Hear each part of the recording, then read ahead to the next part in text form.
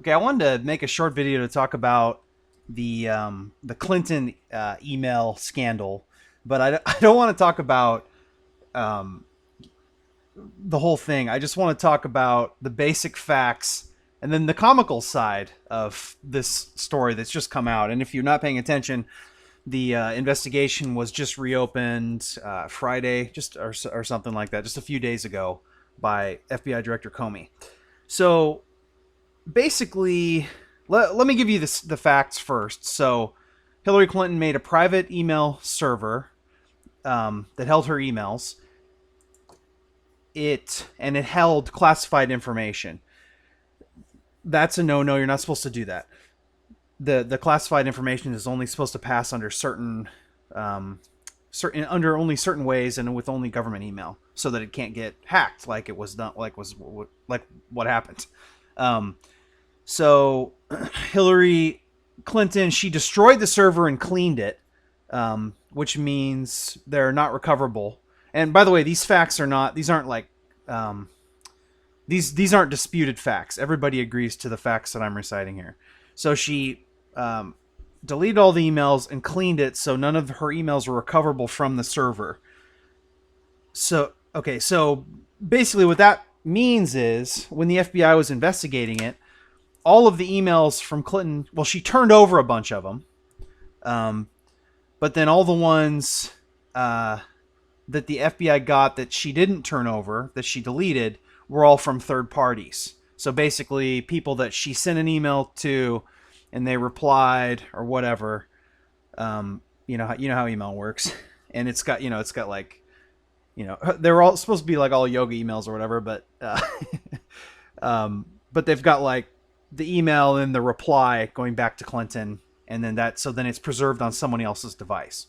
Okay, and then that was wrapped up in July, I believe, by Comey. Basically said that she didn't have the proper intent requirement to meet the law, and that is disputed, but that's what the FBI director decided.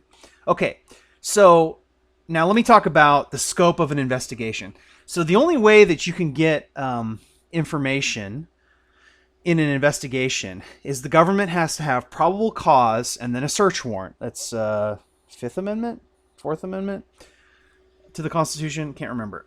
One of those. And so basically, they have to have probable cause that you committed a crime, or that a person committed a crime, and that crime is stored on whatever information that they're seizing. So they have to have probable cause for that particular thing if they're going to take it. They just can't come into your place. That's where, secure in your effects in the Constitution, if you remember that. They can't just come in and take your stuff. They have to have a belief that you have crimes detailed in your stuff that they're taking. So what that means is the FBI, when investigating Clinton, they can't just seize all the information from all the people that she sent an email to. So for example, imagine if a person was guilty of some crime, right? And they sent a bunch of emails out. They sent one to their sister and their brother and their grandmother, lots of different emails. The FBI can't, or the government can't seize the email accounts of all those different people just because they sent or received an email from a person under investigation. Like the message has to actually be pertinent to the investigation. So like if the person, so if I sent a message to my sister that said, hey, are we getting together for dinner? Then the FBI can't go and seize my sister's emails. They could seize mine because I'm under investigation, but they can't go seize hers. But if I email to my brother, hey, so are we getting together to do that crime like we talked about? Then they could potentially, probably, get a search warrant to seize his emails and read his emails, because based on my email, it sounds like he may have been involved. Okay, so applying that to the Clinton thing, they can't seize all the emails of everybody around them. So in steps Uma Abedin, I believe that's how you say her name, and she's Clinton's, I think, her top advisor, one of her top advisors, if not her top advisor.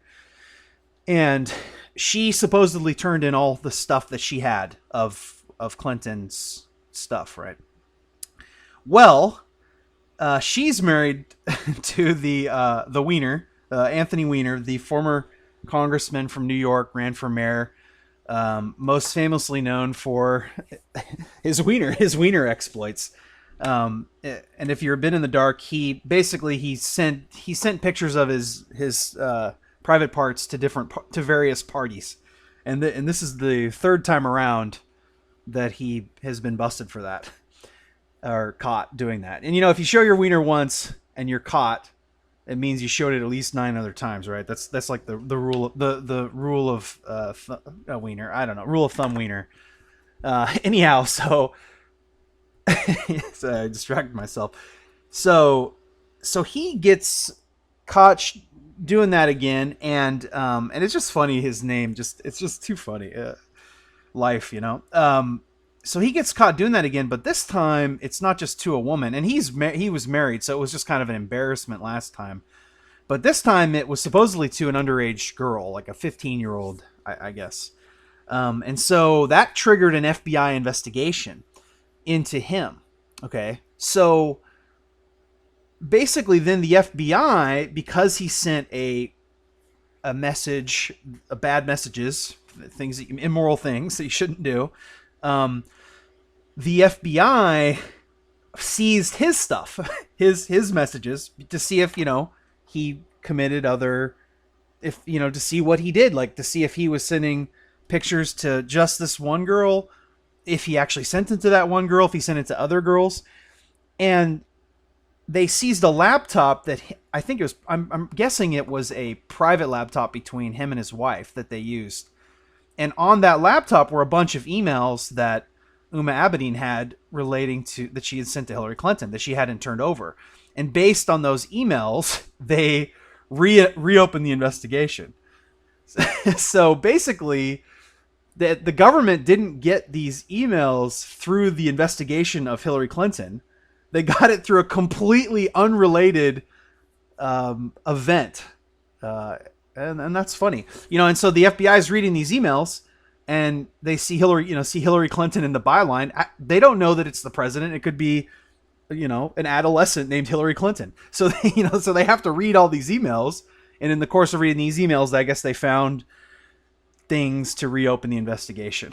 So that's my comedic take, or pointing out the comedy in this whole thing. If you enjoyed that, please like and subscribe, and that'll hopefully motivate me to make more videos.